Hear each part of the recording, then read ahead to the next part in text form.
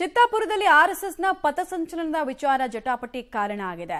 RSS ಅವರು ಪಥಸಂಚಲನ ಮಾಡಬಾರದು ಅನ್ನೋದು ಸಂಘಟನೆಗಳ ವಾದ.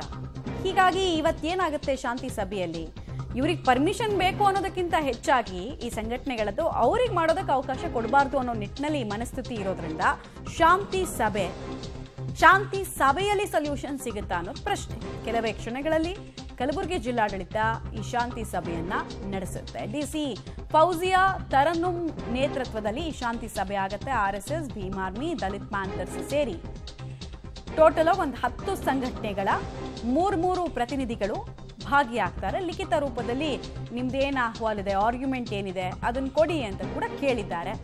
ಇಲ್ಲೇ ಸಾಲ್ವ್ ಆಗುತ್ತಾ ಅಥವಾ ಇದು ಹೈಕೋರ್ಟ್ನಲ್ಲೇ ತೀರ್ಮಾನ ಆಗಬೇಕಾದ ವಿಚಾರನ? ಆಮೇಲೆ ಯಾವಾಗಲೂ ಅಷ್ಟೇ, ಈಗ ಜಗಳ ಮಾಡೋದಕ್ಕೆ ಅಂತಲೇ ಕಾಯ್ತಿರೋರ ಮಧ್ಯೆ ನೀವು ಸಂಧಾನದ ಬಾವುಟ, ಶಾಂತಿಯ ಬಾವುಟ ಹಾರಿಸೋದಕ್ಕೆ ಸಾಧ್ಯ ಇದೆಯಾ? ಅದು ಕೂಡ ನಮ್ಗೆ ಗೊತ್ತಾಗುತ್ತೆ. ಇನ್ನೊಂದು ಅರ್ಧ ಮುಕ್ಕಾಲು ಗಂಟೆನಲ್ಲಿ ಮೇನ್ ಇಂಟೆನ್ಷನ್ ಗೊತ್ತಾಗುತ್ತೆ. RSS ಪಥಸಂಚಲನಕ್ಕೆ ಅವಕಾಶ ಕೊಡಬಾರ್ದು ಅನ್ನೋದು clear cut intention, understood intention. So ಅವರು ಸಭೆಗೆ ಬರಬೇಕಾದ್ರೆ ಅವರಿಂದ ಸಂಧಾನ ಸೂತ್ರ ಸಾಧ್ಯ ಇದೆಯಾ? ಒಪ್ಕೊಳ್ತಾರಾ ಅಥವಾ ಕೋರ್ಟ್ ಡೈರೆಕ್ಷನ್ ಕೊಡಲಿ ಅಂತ ವೆಯ್ಟ್ ಮಾಡ್ತಾರಾ? ನೋಡೋಣ 3 ಜನ ಪ್ರತಿನಿಧಿಗಳು ಏನೇನು ವಿಚಾರಗಳನ್ನು ಚರ್ಚೆ ಮಾಡ್ತಾರೆ ಅಂತ.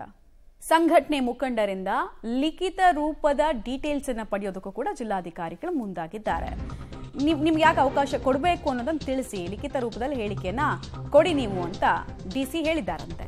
ಅಕ್ಟೋಬರ್ 30ನೇ ತಾರೀಕು ಹೈಕೋರ್ಟ್ಗೆ ವರದಿಯನ್ನು ಜಿಲ್ಲಾಡಳಿತ ಕೊಡುತ್ತೆ. ಇವತ್ತೇನು ಮೀಟಿಂಗ್ ಆಯಿತು, ಆಕ್ಷೇಪ ಏನವರದ್ದು, RSSನವರು ಯಾಕೆ ನವೆಂಬರ್ 2ನೇ ತಾರೀಕು ಪಥಸಂಚಲನಕ್ಕೆ ಅವಕಾಶ ಕೇಳ್ತಿದ್ದಾರೆ, ಇದೆಲ್ಲವನ್ನ ಕೂಡ ಚರ್ಚೆ ಮಾಡ್ತಾರಂತೆ.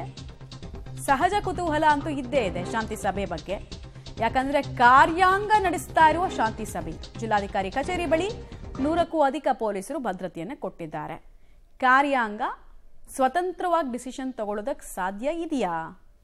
ನೋಡೋಣ, ಅದು ಕೂಡ ಗೊತ್ತಾಗುತ್ತೆ.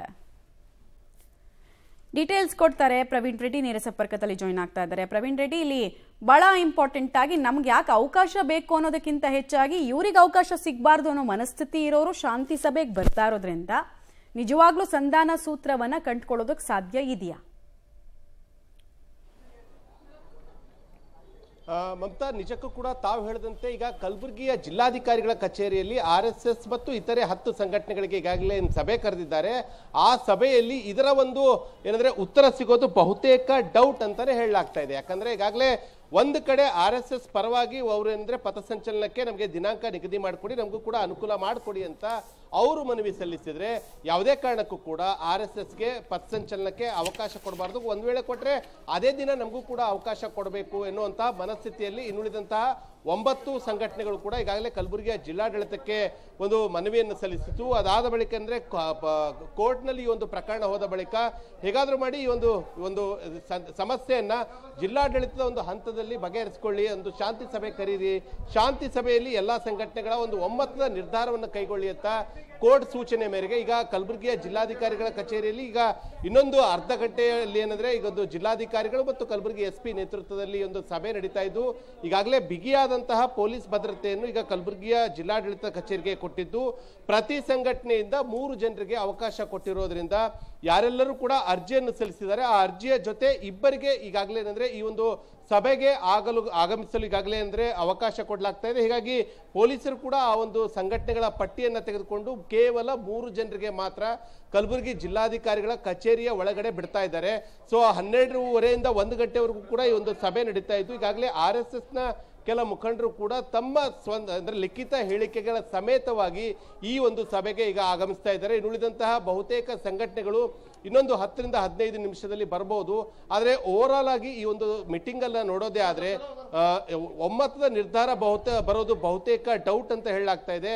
ಆದ್ರೂ ಕೂಡ ಅವರು ಲಿಖಿತವಾಗಿ ಏನೆಲ್ಲ ಹೇಳಿಕೆಗಳನ್ನು ಕೊಡ್ತಾ ಇದ್ದಾರೆ, ಏನೆಲ್ಲ ಡಿಮ್ಯಾಂಡ್ಸ್ ಗಳನ್ನು ಕಲಬುರಗಿಯ ಜಿಲ್ಲಾಡಳಿತದ ಮುಂದೆ ಇಡ್ತಾರೆ ಅನ್ನೋದ್ರ ಬಗ್ಗೆ ಸಮಗ್ರವಾದಂತಹ ರಿಪೋರ್ಟ್ಸ್ ಅನ್ನ ತೆಗೆದುಕೊಂಡು ಕಲಬುರಗಿಯ ಜಿಲ್ಲಾಡಳಿತ ಕೂಡ ತಮ್ಮದೇ ಆದಂತಹ ಒಂದು ವರದಿಯನ್ನು ಹೈಕೋರ್ಟ್ಗೆ ನೀಡಲಿದ್ದಾರೆ. ಅದಾದ ಬಳಿಕ ಅಕ್ಟೋಬರ್ 30ರಂದು ಮಧ್ಯಾಹ್ನ 2:30ರ ಸುಮಾರಿಗೆ ಈ ಒಂದು RSS ಪಥಸಂಚಲನದ ಪ್ರಕರಣದ ವಿಚಾರಣೆ ನಡೆಯಲಿದ್ದು, ಆ ಒಂದು ವಿಚಾರಣೆ ಸಂದರ್ಭದಲ್ಲಿ ಶಾಂತಿ ಸಭೆಯಲ್ಲಿ ಕೈಗೊಂಡಂತಹ ನಿರ್ಣಯಗಳು ಮತ್ತೆ ಮುಂದಿನ ದಿನಗಳಲ್ಲಿ ಪ್ರತಿಯೊಂದು ಸಂಘಟನೆಗೂ ಕೂಡ ಯಾವ ದಿನಾಂಕ ಸಮಯವನ್ನು ಹೈಕೋರ್ಟ್ ನಿಗದಿ ಮಾಡುತ್ತೆ ಎಂಬುದರ ಮೇಲೆ ಈಗ ಎಲ್ಲರ ಚಿತ್ತ ಇದೆ. ಇಲ್ಲಿ ಶಾಂತಿ ಸಭೆ ಮೂಡುತ್ತಾ ಇಲ್ವಾ ಅನ್ನೋದಕ್ಕೆ ಈಗ 1 ಗಂಟೆವರೆಗೂ ಕೂಡ ಕಾಯ್ಬೇಕಾದಂತ ಸ್ಥಿತಿ ಇದೆ.